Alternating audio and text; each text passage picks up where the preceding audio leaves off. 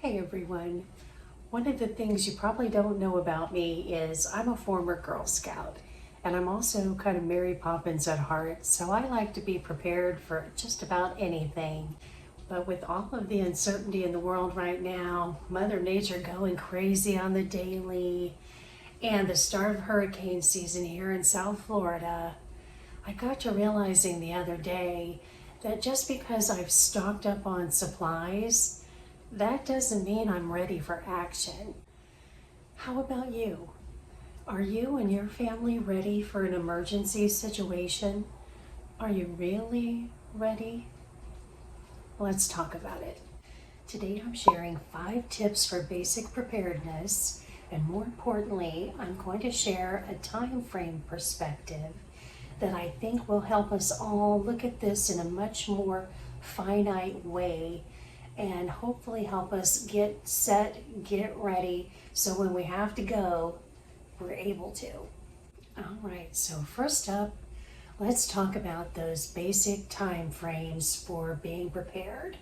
And what I mean by that is each potential catastrophe comes with its own sense of urgency and duration. So let's talk about 4 time spans that we may need to get ourselves out the door in. First up, 1 minute or less. And I know that's really scary to think about, but we need to, right? And this is something like a tornado that's a block away, an earthquake, a fire in your home. God forbid you should lose your home. But millions of people in this country and around the world have suffered that fate. With these time frames in mind, you've got to be wondering, gosh, what would I grab on my way out the door if I only had a minute or 5 minutes? What is really going to be crucial to help your family through a disaster? And also, what would be crucial for you to have to make the recovery smoother? I know your stress meter may be ticking higher right now, but that is not the point of this video. In fact, just the opposite. Once we think things through and make a decision and put action behind those decisions, you know you're ready. It really does bring peace of mind. All right, now on to my tips. I'm sure you guys will have some of your own to add to this list, so consider this a jumping off point. The number one most important tip I have for everyone is keep all of your important documents in one file, or one Filofax. Your birth certificates, passports, insurance information, credit card information, all of those critical documents that you will need to get things going again down the road. And the last thing we want to deal with after potentially losing our homes is the stress of trying to get those documents from the government, right? So put them in a Filofax. I also recommend keeping your purse, your wallet, your car keys, and your cell phone in your bedroom. That way, if you wake up in the middle of the night and you smell smoke, you're not only discombobulated from the stress of realizing there's a sudden catastrophe on you, but now you've got to try to figure out, where did I leave my purse? Where did I leave my phone? And get the kids and the dog and get in the car. All that critical stuff right where you can grab it. And now my second point is keep significant cash on hand. Keep at least, I would say, $1,000. That's up to you guys and your budgets, but I would recommend at least enough to sustain your family away from home for 3 to 5 days, let's say. And keep the cash in large bills and small bills. And by small bills, I mean 1s, 5s, 10s, and 20s, because you don't want to overpay for a bottle of water because the power is down and a mom and pop shop happens to be open trying to help people, but they can't make change and they can't take a debit or a credit card. Keep it in an envelope, someplace handy in your bedroom, well hidden, of course. Another reason to keep cash on hand is it's really expensive to bug out. That's why most of us don't leave when we have a hurricane coming here in Florida. Hotel rates have skyrocketed. I don't have to tell you what gas costs. And in Florida, you usually have to drive several hours to make sure you're out of the cone of uncertainty, right?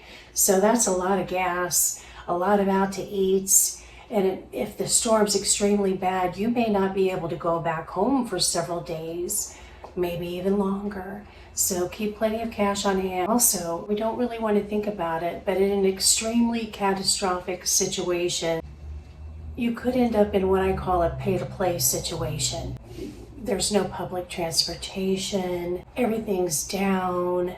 Maybe the only way to get from where you are to closer to where you need to be is through the graces of someone that has a running vehicle or a boat. But maybe that someone's also looking to profit from helping people because, that's human nature, unfortunately. You want to have plenty of cash so that if you have to pay extra because people are price gouging things like water and gas and hotel rooms, you'll be ready. And the last point I have to make on keeping cash on hand is once you're safely away from the house and on your way, split the cash between both adults if there's, two adults in the car, and maybe even a little bit to older teens, because you never know. You could get split up for some reason if things are truly catastrophic.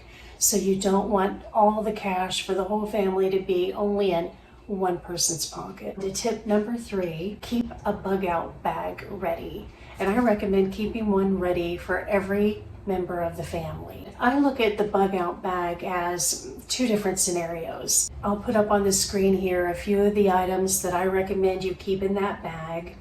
The first one being kind of a standard approach to leaving the house under an emergency situation. You're going to go to a family or a friend's house, or maybe you'll have to stay at a hotel, but you're going to be in a residential environment, in other words. So you just need, kind of like if you were just traveling anyway, you need clothes, toiletries, the usual. I like to keep 2 to 3 sets of clothing in my little bug out bag. Now these are clothes that I don't normally wear. Maybe I'm a little tired of, but they're perfectly serviceable. And most importantly, they're comfortable. And I also recommend that at least one set of the clothing is for hot weather, and at least one set is for colder weather. Long sleeves, long pants. I'm not sitting here telling you everybody needs to pack a roll-on suitcase, a backpack, or a small duffel. So make the clothes comfortable, like a lightweight t-shirt knit kind of thing. Same thing with your pants. The last item on this list, depending on where you live, and it happens to be winter when catastrophe strikes, add a little time on for getting out the door so that you can grab winter coats and hats, because those aren't going to fit in a duffel bag. And keep that duffel bag near the door where you would get in the car. The second bag scenario is what I consider a stuff hits the fan. If such a catastrophic event happened that you have to leave home, you maybe can leave in your car, but eventually you have to abandon your car because all the roads are blocked. Like, let's just say an earthquake or something that could really devastate the terrain that people are attempting to drive on. You're not going to get out of town in a car, at least not from point A to all the way out of town. The second bug out bag scenario is for those times when you're going to have to be walking on foot a long distance and potentially camping overnight, maybe more than one night. A less stressful way to think of it is all backpackers and hikers are advised to keep very critical items in their hiking backpack. And it's kind of the same thing here.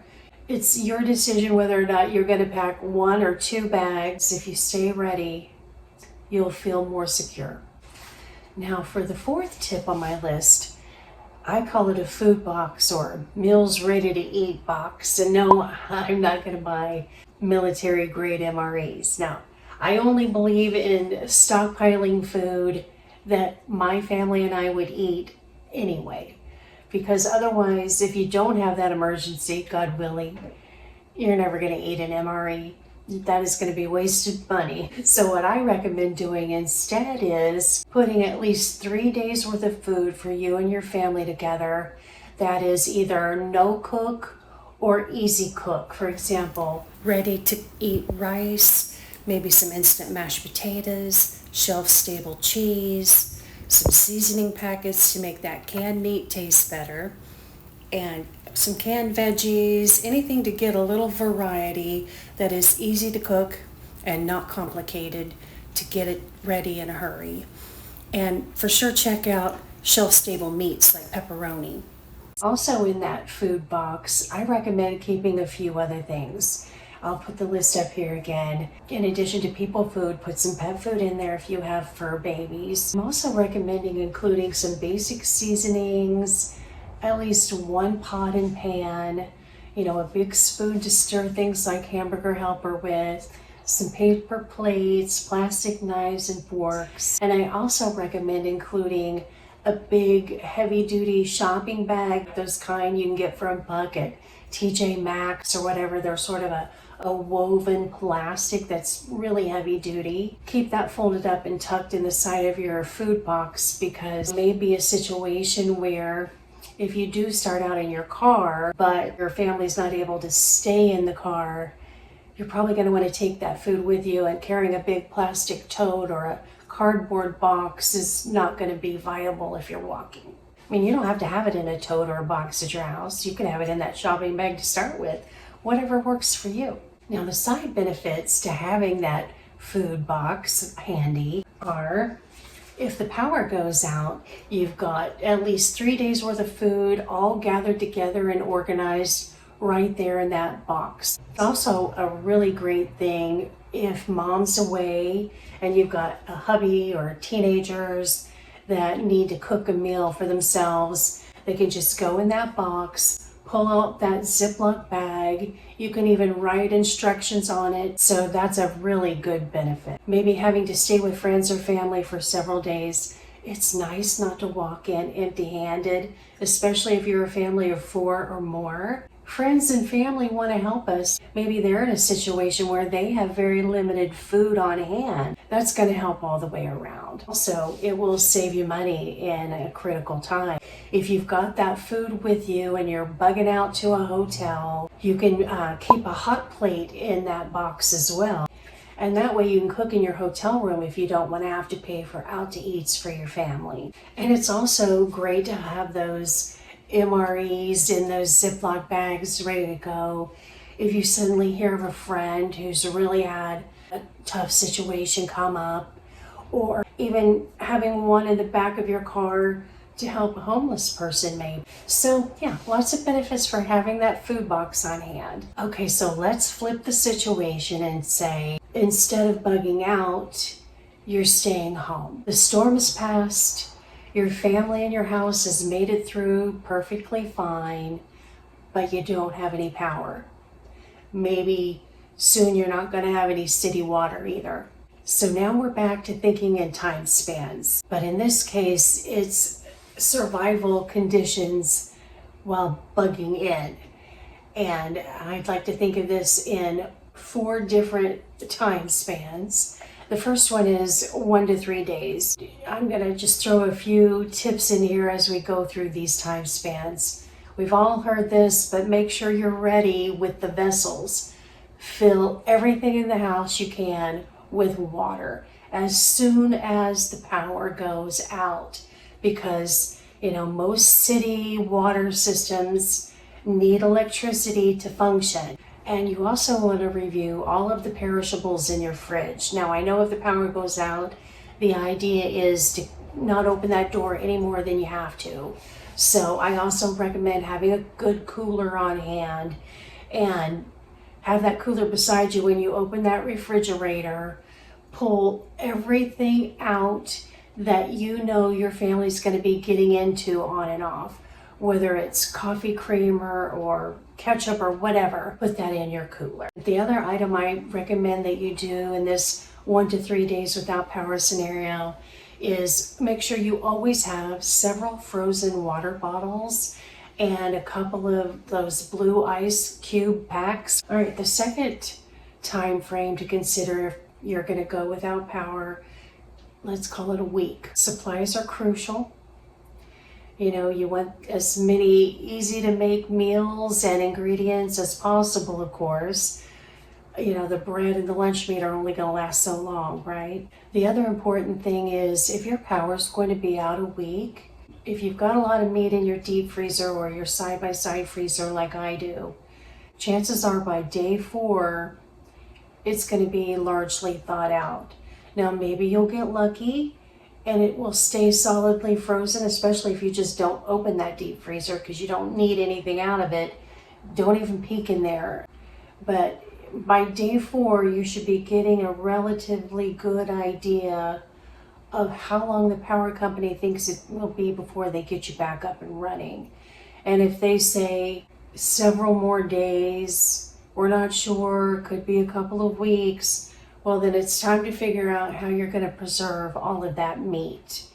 I recommend, first of all, cooking a bunch of it, because cooked meat lasts longer than raw meat, right? But cooked meat, with the exception of seafood, of course, will be okay at room temperature for the day. Go at it strategically and maybe consider learning how to preserve food, canning, drying, salting meat. Of course, canning, it's going to take some equipment.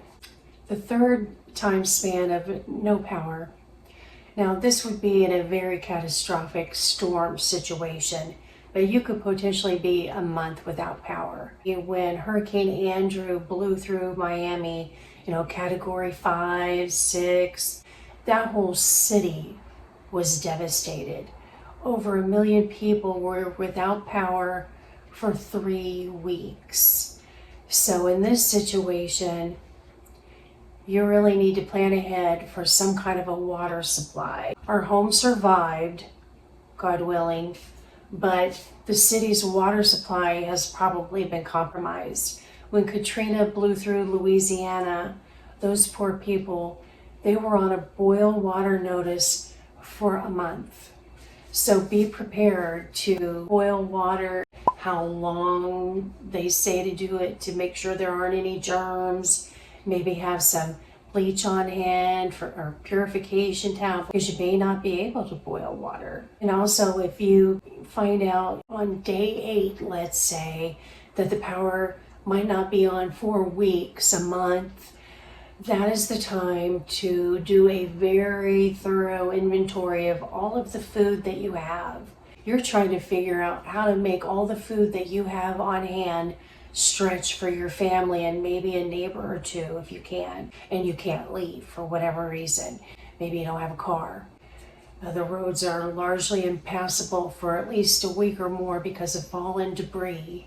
So be aware, if you're in a situation like that, crime could be a problem. After that first week, a lot of people don't keep much food on hand. They don't cook much. So anyone who's, let's call it, got questionable morals and they're facing starving because nothing's open, they're in the same situation you are, only they don't have any food, yeah, looting could start. So have a home defense plan. Now, I'm not saying to make a battle plan, like in Home Alone, but that's not a bad idea. Discuss with your family how you would handle a potential break-in. It's best to think it through now so you can hopefully better handle it in the moment. If you know it's going to be a month without water, let's say the city's water system was devastated, maybe major pumping equipment was compromised in the storm or whatever. So now you need to figure out a different water source. And I know that just sounds prehistoric and crazy, but it happens. Do you live near a river? Do you have a pool? Do you have a well pump? Think things through where you can in that regard. And the fourth scenario of no electricity is a situation we don't even want to think about. But that would really be a serious, stuff hits the fan, long-term, no electricity, and you can just assume no running water either. Let's say an EMP gets set off.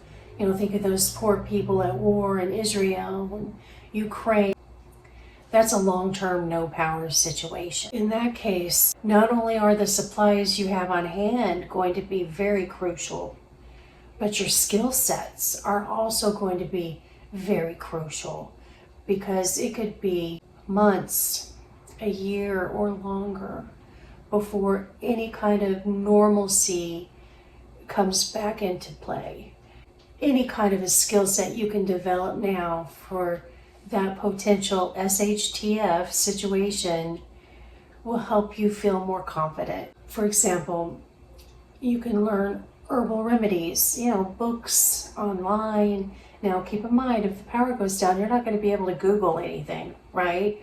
So I highly recommend keeping at least a couple books, actual books. I know you're like, what's a book? But keep a couple on hand. Medical treatments, foraging for food plants kind of book. I think those would be 3 very handy books to have. And I hope we never need them, but just in case. Supplies in that kind of a long-term scenario are going to be golden, because there will not be any delivery trucks coming to refill the grocery stores. So being able to grow some of your own vegetables, especially things that grow quickly, will be very, very important. And garden seeds would also be a form of barter, which in a long-term grid down SHTF situation, it won't matter how much money you have. What will matter is, do you have things that you can barter and exchange with other people who also have supplies? For example, you might have a lot of flour and your neighbor might have a lot of coffee. I would definitely give away flour for coffee. I'm just saying. We all have to decide for ourselves what kind of a level or time frame that we're willing to prepare for. And I recommend start with the food. For myself, if you've been following my channel, I'm hoping to move to Kansas City within the next year. So right now, I'm planning on keeping no more than 3 months worth of food on hand, because I'm just feeding me. So that's my game plan. That's my comfort zone, 3 months. And in today's economy, even if SHTF never happens, please Lord, don't let it happen, I know prices are continuing to go up. And it seems like there's no end in sight. And even if they stop and don't continue escalating, what are the chances they're going to go down by much? Maybe 1 or 2 items, but not across the board. I recommend picking your number, whatever it is, that you and your family want to achieve for your food stockpile, and then stick to it. It can get a little tempting to just keep buying. I fell into that trap. If you saw a video I put up about a year ago, I'll try to put a card up here for it. I was overbuying. I was creating stress shortly after the 2020 stay-at-home situation, and I just felt like I could not possibly stockpile enough to reach a level of security. My daughters were living at home. We have 3 cats. Pick your number, your stockpile time frame, and stick to it.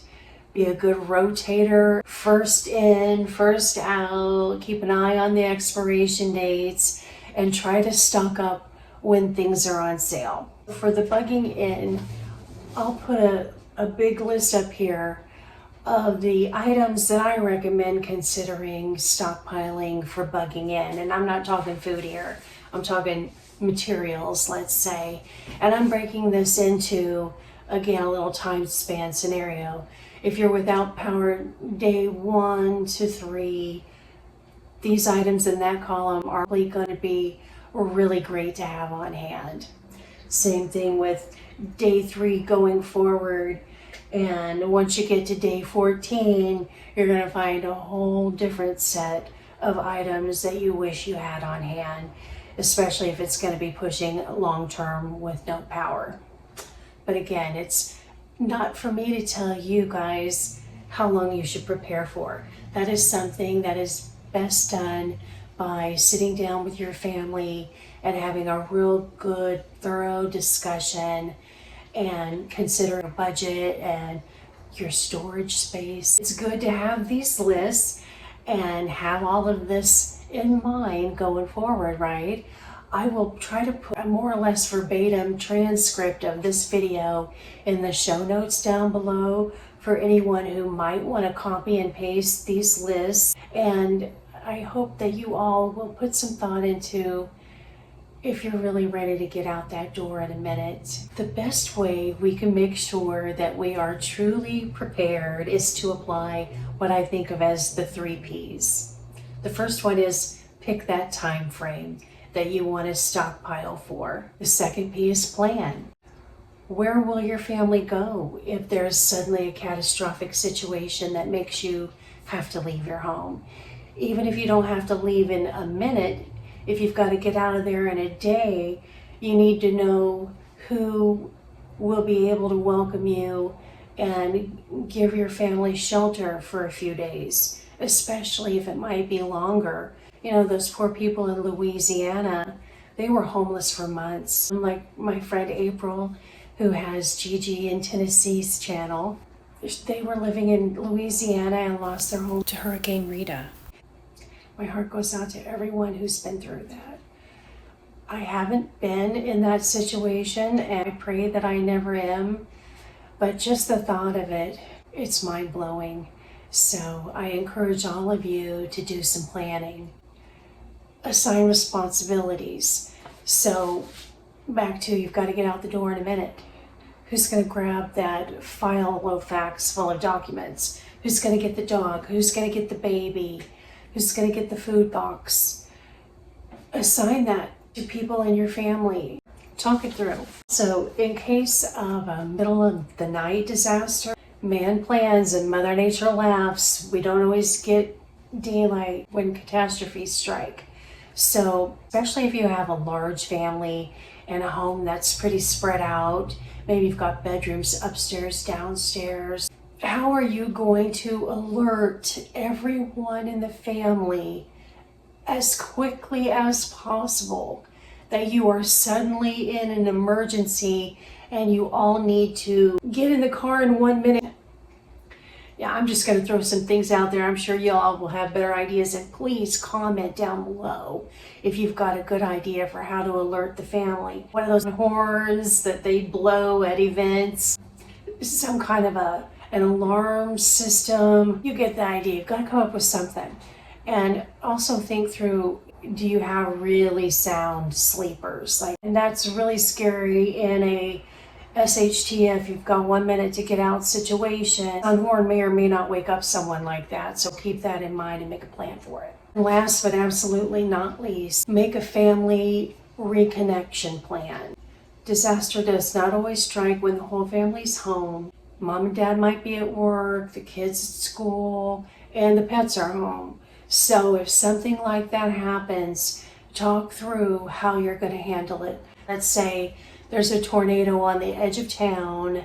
How are you going to handle it? You may not come up with a perfect solution, but at least if you've given it forethought, it won't be quite such a panic if you end up in that situation. And then the second part of the reconnect plan is like in the fire drill at school. You've got to have a designated area outside your house. Let's say the house is on fire. So where are you all going to meet up? Pick a spot and talk that through, especially if you have kids. And also the last little bit of the reconnection plan is you'd have to deal with panic phone calls from friends and relatives that live out of state, who have never experienced being in the cone of uncertainty, all panicking about our safety. You may also want to touch base with some of them and give them an idea of what your catastrophic plans are. Last P, practice. Especially if you have children, please consider actually trying the 1 minute and the 5 minute practice drills. Even if you live alone, I would highly recommend practicing that 1 minute and that 5 minute drill. What can you do in 5 minutes? You definitely want to know that. It will give you peace of mind. It might feel kind of silly. Your kids are definitely going to complain, all right? Unless you've got sweetheart kids, maybe they'll think it's fun. Ignore the complaints. Stress to everyone that you're only going to try it once or twice. It's just a thing where everybody has to know how to do this. I hope you guys found this video helpful and maybe a little motivating, maybe planted a few seeds. We are blessed to have our homes and our families, and we are also truly blessed to be able to plan, prepare, so that we can prosper during difficult times. You know, animals don't really have that ability. Only humans do, and we need to be thankful for it and make the most of it, right? Thank you all for watching. I appreciate you stopping in today. I hope you all stay safe, well blessed, and I will see you on the next one.